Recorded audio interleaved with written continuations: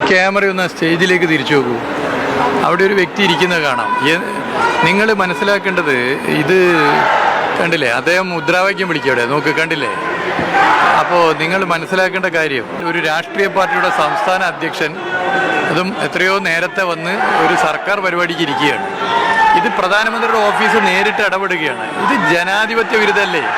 ഇനി ഇരിക്കുന്ന ഇദ്ദേഹത്തിന് ഒരു മാന്യത കാണിക്കുക. ഇതൊക്കെ അല്പത്തരമല്ലേ? അല്പത്തരം. എന്നിട്ട് സ്റ്റേജിലിരുന്ന് മുദ്രാവാക്യം വിളിക്കുക.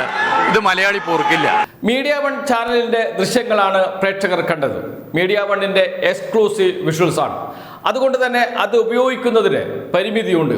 എങ്കിലും അതിൻ്റെ പ്രാധാന്യം എത്രമാത്രമുണ്ട് എന്ന് മനസ്സിലാക്കിയാണ് മീഡിയ വൺ ചാനലിന് എല്ലാ അവകാശങ്ങളും നൽകിക്കൊണ്ട് തന്നെ ആ ദൃശ്യങ്ങൾ പ്രേക്ഷകരെ കാണിച്ചത്. കുമ്പിടി എന്നൊരു വാക്കുണ്ട് മലയാളത്തിൽ. ആ വാക്ക് ഇപ്പോൾ മലയാളത്തിൽ അറിയപ്പെടുന്നത് കുമ്മനം എന്ന പേരിലാണ്. കുമ്പിടി എന്നതിന് കുമ്മനടി എന്ന മറുവാക്ക് കേരളത്തിൽ രൂപപ്പെട്ടു വന്നിരുന്നു, ചർച്ചയായി വന്നിരുന്നു. അത് വരാൻ കാരണം കൊച്ചി മെട്രോയുടെ ഉദ്ഘാടന ചടങ്ങിൽ കുമ്മനം രാജശേഖരൻ കയറി വന്നതാണ്. പ്രധാനമന്ത്രി നേരിട്ടാണ് കുമ്മനത്തെ വേദിയിലേക്ക് ക്ഷണിക്കുകയും മെട്രോയിലൂടെ യാത്രയ്ക്ക് അടുത്തിരുത്തുകയും ഒക്കെ ചെയ്തത്. എങ്ങനെ കുമ്മനം രാജശേഖരൻ, സംസ്ഥാന സർക്കാർ പോലും അറിയാതെ എങ്ങനെ അവിടെ എത്തി എന്ന ചോദ്യമൊക്കെ അന്ന് ഉയരുകയും വലിയ ചർച്ച വരികയും ഒക്കെ ചെയ്തതാണ്. അതിനേക്കാളും നാണം കെട്ട സ്ഥിതിയാണ് വിഴിഞ്ഞത്ത് നാം കണ്ടത്. ഉദ്ഘാടന ചടങ്ങ് ആരംഭിക്കുന്നതിന് മണിക്കൂറുകൾക്ക് മുമ്പ് തന്നെ BJPയുടെ സംസ്ഥാന അധ്യക്ഷനായ രാജീവ് ചന്ദ്രശേഖരൻ വേദിയിലെത്തി ഇരിപ്പിടത്തിൽ ഇരിക്കുന്നു. മണിക്കൂറുകൾക്ക് മുമ്പ് ആരും വേദിയിലെത്തിയിരുന്നില്ല. എല്ലാവരും സദസ്സിലിരിക്കുകയാണ്. പ്രധാനമന്ത്രി വന്നതിന് ശേഷം മാത്രമേ മറ്റുള്ളവർ സദസ്സിൽ നിന്ന് വേദിയിലേക്ക് കയറുകയുള്ളൂ. എല്ലാവരും ഇരിക്കുന്നത് സദസ്സിലാണ്. വേദിയിൽ ഇരിക്കാൻ അനുവാദം ലഭിച്ചവർ പോലും ഇരിക്കുന്നത് സദസ്സിലാണ്. പക്ഷേ നമ്മുടെ രാജീവ് ചന്ദ്രശേഖർ വന്ന പാടെ കയറിയിരുന്നു അദ്ദേഹത്തിന്റെ സീറ്റിൽ. എങ്ങനെയാണ് അദ്ദേഹം വേദിയിൽ ഇരിപ്പിടം സംഘടിപ്പിച്ചത് എന്നത് നമുക്കെല്ലാവർക്കും അറിയാം. സംസ്ഥാന സർക്കാർ കൊടുത്ത പട്ടികയിൽ അദ്ദേഹത്തിന്റെ പേരില്ല. പ്രധാനമന്ത്രിയുടെ ഓഫീസിൽ നിന്ന് രാജീവ് ചന്ദ്രശേഖരയും കൂടി ഉൾപ്പെടുത്തണം മുൻ കേന്ദ്രമന്ത്രി എന്ന നിലയിൽ എന്ന് പറഞ്ഞുകൊണ്ട് വന്ന പേരാണ്. അങ്ങനെയാണ് ഉൾപ്പെടുത്തിയത്. എന്നിട്ടോ ഒരു മാന്യത പോലും, അല്ലെങ്കിൽ വേദിയിലിരിക്കുന്ന മറ്റുള്ളവരെ അപമാനിക്കുന്ന തരത്തിൽ പ്രധാനമന്ത്രി വരുന്നതിന് മുമ്പ് തന്നെ, മണിക്കൂറുകൾക്ക് മുമ്പ് തന്നെ വേദിയിൽ കയറിയിരിക്കുക. വേദിയിൽ കയറിയിരിക്കുക മാത്രമല്ല, അണികൾ മുദ്രാവാക്യം വിളിക്കുമ്പോൾ അവിടെ നിന്ന് മുദ്രാവാക്യം വിളിക്കുന്ന ദൃശ്യങ്ങളും നാം കണ്ടതാണ്.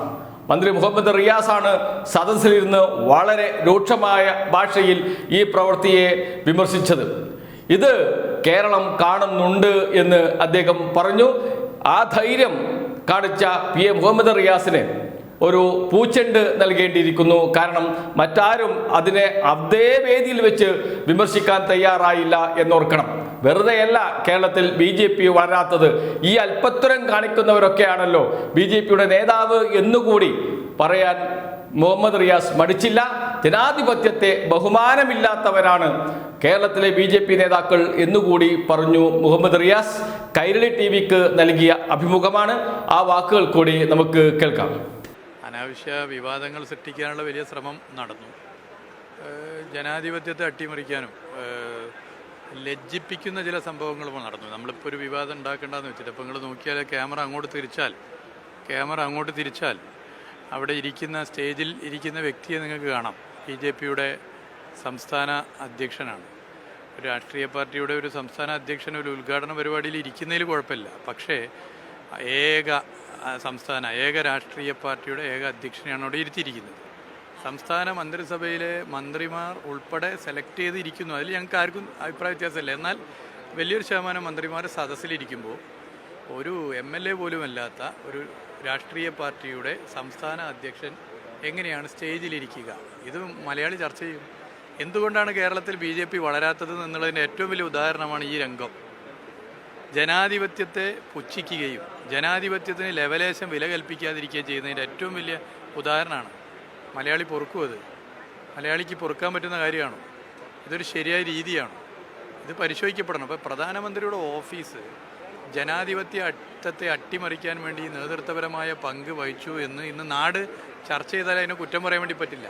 പിന്നെ ഇരിക്കുന്ന ആൾ ആലോചിക്കണ്ടേ? അല്പത്തരമല്ലേ ഇതൊക്കെ? അല്പത്തരമല്ലേ? അദ്ദേഹം ആലോചിക്കണ്ടേ?